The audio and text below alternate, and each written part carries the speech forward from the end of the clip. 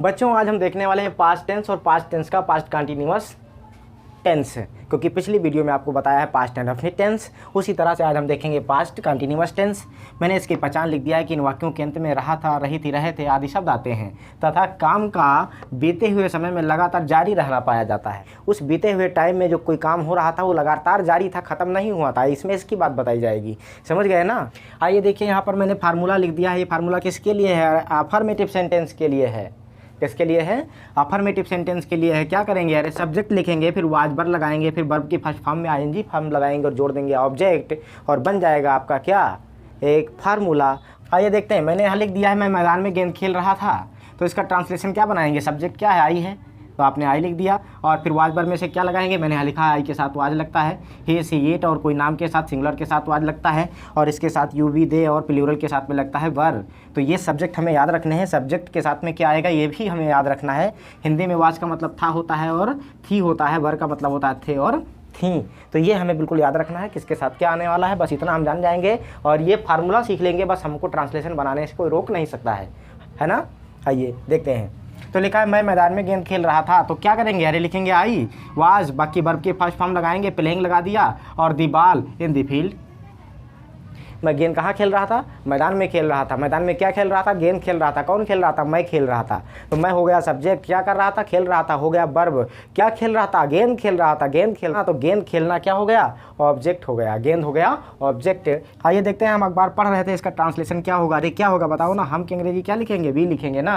और बी के साथ में देखिए यहाँ पर क्या आ रहा है? बी के साथ आ रहा है बर, तो यहाँ बी के साथ आपने क्या लगा दिया? बर लगा दिया, बी बर। अब वर्ब की फर्स्ट फॉर्म में लगाएंगे आईएनजी, तो वर्ब की फर्स्ट फॉर्म रीड और उसमें लगा दिया आईएनजी, हो गया रीडिंग। बी वर रीडिंग क्या? द न्यूज़पेपर, यानी अखबार पढ़ रहे थे। We were reading the newspaper. ये आपका हो गया ट्रांसलेशन। चलें आगे। लिखा है तुम पतंग उड़ा रहे थे। चलो बहुत अच्छी बात है। तुम की अंग्रेजी क्या बनाओगे? यू बनाओगे। तुम हो या आप हो, सबकी अंग्रेजी बनाओगे क्या? यू। अरे तुम हो, आप हो, आप लोग हो, तुम सब हो, सबकी अंग्रेजी बनती है यू। और यू के साथ हमेशा आता है क्या? वर, क्योंकि मैंने यहाँ लिख रखा है यू के साथ क्या आएगा? वर आएगा। तो you were flying the kite. अरे पतंग उड़ा रहा था, पतंग उड़ा रहे थे, ये सब के लिए लगाएंगे क्या? फ्लाइंग दी काइट।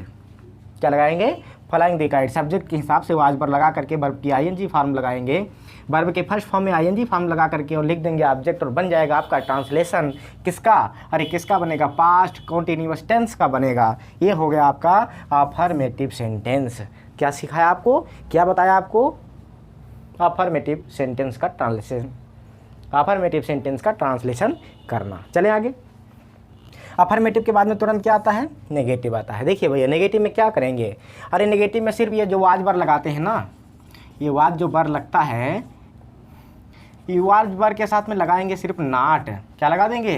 अरे वाज वर के साथ नाट लगा देंगे और बन जाएगा आपका पास्ट कंटीन्यूअस टेंस का नेगेटिव सेंटेंस। कोई दिक्कत?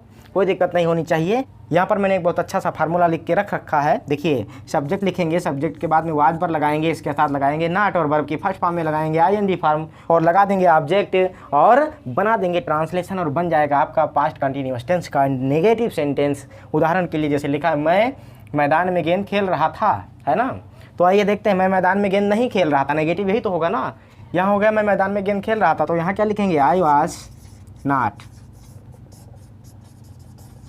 Playing the ball in the field.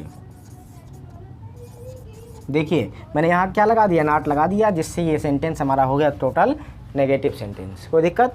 दूसरा देख लेते हैं। हम अखबार पढ़ रहे थे, इसमें क्या हो जाएगा? हम अखबार नहीं पढ़ रहे थे, तो लगा दो ना बी, और बी के साथ लगाते हैं वर, और नॉट लगा दीजिए। We were not reading, we were not reading the newspaper, the newspaper. कोई दिक्कत? कोई परेशानी?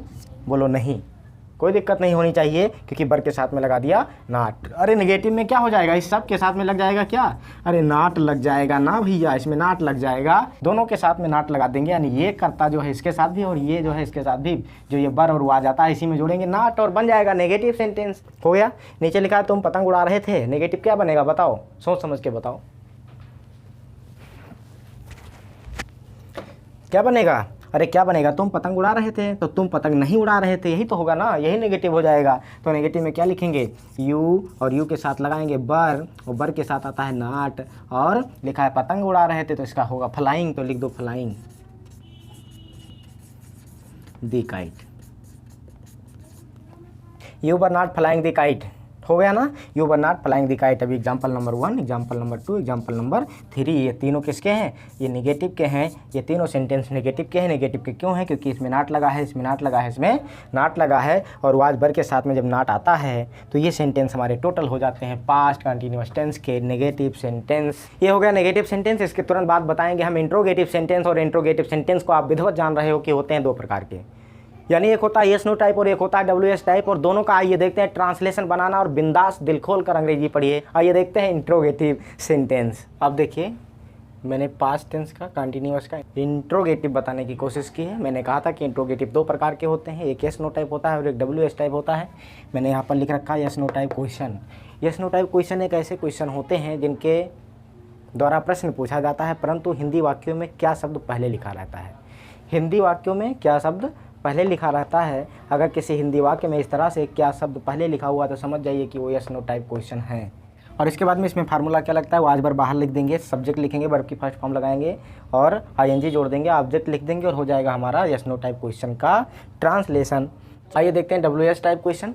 WS टाइप क्वेश्चन ऐसे क्वेश्चन होते हैं जिनमें क्या होता है कि जो हिंदी वाक्य होते हैं इनके बीच में कब कहाँ कौन कैसे इस तरह प्रश्नवाचक शब्द आते हैं, और इसकी अंग्रेजी हम सबसे पहले बनाते हैं। ट्रांसलेशन बनाते समय इनकी अंग्रेजी हम सबसे पहले बनाते हैं। जैसे देखिए यहाँ पर लिखा है फार्मूला, WS टाइप क्वेश्चन में यहाँ लिखा है फार्मूला। फार्मूला में क्वेश्चन वर्ड पहले लिखे हुए हैं, इसके बाद वाज वर लगाएंगे, क्वेश्चन वर्ड सिर्फ जोड़ेंगे, बाकी सारे फार्मूला किस तरह से होंगे, यस नो टाइप की तरह से होंगे। दोनों में कितना अंतर है, दोनों में बस थोड़ा सा अंतर है। इसमें क्या है, वाज वर से शुरू हो रहा है, इसमें क्या है, स्टार्टिंग किससे हो रही है, क्वेश्चन वर्ड से हो रही है। तो क्वेश्चन वर्ड इसमें कहाँ आएंगे, वाक्य के बीच में आएंगे। कब कहाँ कौन कैसे क्यों कितना ये सब हो सकते हैं, लेकिन वाक्य के बीच में आएंगे। और बीच में यदि आ रहे हैं तो इनकी अंग्रेजी हम पहले लिख देंगे और हो जाएगा इसका ट्रांसलेशन। बारी बारी से देख लेते हैं। जैसे देखिए यस नो टाइप क्वेश्चन जो होंगे interrogative sentence past continuous tense के, इसका आरंभ होगा क्या से। सारे देखिए क्या से शुरू हो रहे हैं, ऐसे जितने भी सेंटेंस हों और क्या से प्रारंभ हो तो समझ जाइए यस नो टाइप होते हैं। यस नो टाइप का मतलब होता है इसका आंसर देने के लिए यस या नो कह देते हैं, इसका आंसर हो जाता है। चलिए आइए अब हम इसका ट्रांसलेशन देखते हैं। लिखा हुआ है क्या अध्यापक हिंदी पढ़ा रहे थे, तो देखिए थे है यानी कि तमाम अध्यापकों की बात की गई है, तो अध्यापक क्या हो गए, प्लूरल हो गए, और प्लूरल के साथ में लगता है क्या, वर लगता है। और लिखेंगे दी टीचर्स, है ना, वर दी टीचर्स। अब क्या है, टीच लिखेंगे और टीच में लिखेंगे ING, फॉर्म हो जाएगा टीचिंग। वर दी टीचर टीचिंग हिंदी, ये क्वेश्चन मार्क लगा देंगे, ये हो गया आपका इसका ट्रांसलेशन। अब दूसरा देखिए लिखा है क्या विजय नदी में नहा रहा था, तो विजय एक सिंगुलर है, सिंगुलर के साथ आता है वाज, यानी विजय कोई नाम है, नाम के साथ लिखते हैं वाज, तो वही वाज यहाँ क्या क्या लिख देंगे, अरे बाहर लिख देंगे वाज और लगा देंगे क्या, विजय, वाज विजय, और फिर लिखेंगे वर्ब की फर्स्ट फॉर्म बाथ और इसमें लगा देंगे ING, फॉर्म हो जाएगा बाथिंग। वाज विजय बाथिंग नदी में in the river, question mark लगा दीजिए, was Vijay bathing in the river, ये होगा ट्रांसलेशन आपका, क्या विजय नदी में नहा रहा था। चलिए आगे देखते हैं। क्या शीला विद्यालय जा रही थी, अब शीला के साथ क्या लगेगा, वाज लगाएंगे, तो लिखेंगे वाज और शीला का शीले लिखेंगे ना, वाज शीला। अब क्या क्या हो रहा था, जाने का काम कर रही थी, तो जाने के लिखेंगे गो और इसमें लगा देंगे ING going. Was Sheela going कहाँ, to school, question mark, was Sheela going to school, ये हो गया आपका क्या शीला विद्यालय जा रही थी का ट्रांसलेशन। ये हो गए यस नो टाइप क्वेश्चन, और इसके बाद में हम बताएंगे WS टाइप के क्वेश्चन का ट्रांसलेशन। मैंने कहा था कब कहाँ कौन कैसे, जो ये क्वेश्चन वर्ड हैं इनकी अंग्रेजी पहले लिख देंगे, बाकी सेम टू सेम वैसे ही लिख देंगे। क्यों, क्योंकि अंग्रेजी क्या लिखेंगे, वाई, अरे यही वाई हो गया क्वेश्चन वर्ड। अब वाज वर लगाएंगे, तो देखिए अध्यापक हैं तमाम है, तो इनके साथ लगाएंगे वर, वाज वर, फिर लिखेंगे दी टीचर्स, क्योंकि बहुवचन की बात की गई है, why were the teachers teaching Hindi, question mark. समझ गए, इसमें और इसमें क्या अंतर है, इसमें क्वेश्चन वर्ड पहले नहीं जोड़ा है, इसमें क्वेश्चन वर्ड जुड़ा हुआ है, बस इतना सा है, थोड़ा सा डिफरेंस है। इसमें क्या करेंगे, क्योंकि अंग्रेजी यहाँ पर भी पहले बना देंगे, यहाँ लिखेंगे वाई, और विजय नदी में नहा रहा था, तो लिखेंगे वाई वाज विजय बाथिंग, हो गया ना, अरे वर्ब की फर्स्ट फॉर्म लगा दिया, उसमें ING लगा दिया, बाथिंग हो गया। ऑब्जेक्ट कहाँ, इन the river, in the river. थोड़ा देख लीजिएगा, राइटिंग में जल्दी जल्दी में लिख रहा हूँ, थोड़ा समझ में नहीं आ रहा होगा पर देख लीजिएगा। यहाँ शीला विद्यालय कहाँ जा रही थी, तो कहाँ की अंग्रेजी सबसे पहले बनाएंगे, क्योंकि केस जो आपका फार्मूला है, फार्मूले में क्वेश्चन वर्ड पहले लिखा हुआ है, तो कहाँ की अंग्रेजी वेयर, कहाँ पहले लिखेंगे और वाज पर लगाएंगे। शीला के लिए लगाएंगे क्या, वाज, वेयर वाज, शीला के लिए लगाएंगे वाज, तो क्या हो जाएगा, where was Sheela going to school. ये हो गया आपका इंट्रोगेटिव सेंटेंस का WH टाइप क्वेश्चन। इस तरह से आपने देख लिया कि आपका पास्ट कंटिन्यूअस टेंस का ये WH टाइप क्वेश्चन और यस नो टाइप क्वेश्चन का भी आपका क्या हो गया, ख़त्म हो गया। अब इसमें देखते हैं इंट्रोगेटिव नेगेटिव सेंटेंस। जैसा कि आपको यहाँ इंट्रोगेटिव नेगेटिव ये 2 वर्ड दिख रहे हैं, इसका मतलब इसमें प्रश्न भी पूछा जाएगा और काम के ना होने की भी बात होगी, यानी ऐसे वाक्य होंगे जिसमें प्रश्न भी पूछा जाएगा और काम के ना होने की बात होगी, यानी प्रश्नवाचक नकारात्मक वाक्य होंगे।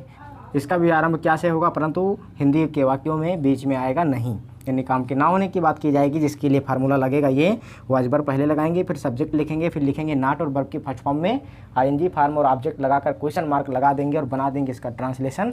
ये इसका ट्रांसलेशन हो जाएगा। इधर देखते हैं WH टाइप क्वेश्चन होंगे, इनका आरंभ प्रश्नवाचक शब्द से होगा, परंतु इसके बीच में भी शब्द आएगा नहीं शब्द आएगा, उसका अंग्रेजी आप नॉट बनाएंगे। यानी इसका जो फार्मूला है, इसमें क्वेश्चन वर्ड पहले लिखेंगे, वाज पर लगाएंगे, सब्जेक्ट लिखेंगे, फिर नॉट लगा देंगे, वर्ब की फर्स्ट फॉर्म में ING फॉर्म और लिखेंगे ऑब्जेक्ट और लगा देंगे क्वेश्चन मार्क और बना देंगे ट्रांसलेशन। हो जाएगा आपका WH टाइप क्वेश्चन। चलिए ट्रांसलेशन भी देख लेते हैं। लिखा हुआ है कि मैं अंग्रेजी नहीं पढ़ा रहा था, तो मैंने आपको बताया है कि यहाँ पर वाज वर्ब में से ही कुछ लगाएंगे, क्या कि अंग्रेजी नहीं बनाएंगे। मैं के साथ आएगा क्या, अरे मैं के साथ वाज आता है, तो वाज आई, अब सब्जेक्ट हो गया आई, इसके बाद क्या आएगा, नॉट आएगा, तो नॉट लगा दो। वाज आई नॉट टीचिंग, क्या है, अंग्रेजी पढ़ाने की बात की गई है, तो हो जाएगा इंग्लिश और लगा देंगे question mark. Was I not teaching English, ये हो गया क्या मैं अंग्रेजी नहीं पढ़ा रहा था, was I not teaching English. इधर देखेंगे इसमें क्या हो जाएगा, यहाँ पर क्यों शब्द आया हुआ है, क्यों शब्द क्वेश्चन वर्ड है, तो इसको हम पहले लिखेंगे, क्योंकि अंग्रेजी बनाएंगे क्या बनाएंगे, वाई बनाएंगे, और यहाँ सब्जेक्ट क्या है, आई है, आई के साथ वाज वर्ब में से लगाएंगे वाज और लिखेंगे आई। वाई वाज आई क्या, अरे टीचिंग लिखेंगे, वाई वाज आई, अरे क्या लिखेंगे, टीचिंग लिखेंगे, why was I teaching English, why was I teaching English. इस तरह से आपका हो जाता है इंट्रोगेटिव नेगेटिव सेंटेंस और ये इसका फार्मूला है। इसी तरह से मेनी मोर एग्जांपल्स आप करते जाइएगा, आप एक्सरसाइज करते जाइए, तमाम ऐसे ट्रांसलेशन करते जाइए, सेंटेंस लिखते जाइए, उसका ट्रांसलेशन करिए। लेकिन ये फार्मूला याद रखिएगा, ये फार्मूला याद रखिएगा, दोनों में जो अंतर है, दोनों में जो डिफरेंस है, ये मैंने आपको लिख के बता दिया है। और इस तरह से बनता है आपका पास्ट कंटिन्यूअस टेंस। और आज ख़त्म कर देते हैं आपका पास्ट कंटिन्यूअस टेंस। कल हम आपको फिर पढ़ाएंगे, अगले वीडियो में फिर मिलेंगे पास्ट परफेक्ट टेंस के साथ में। तब तक के लिए जय हिंद।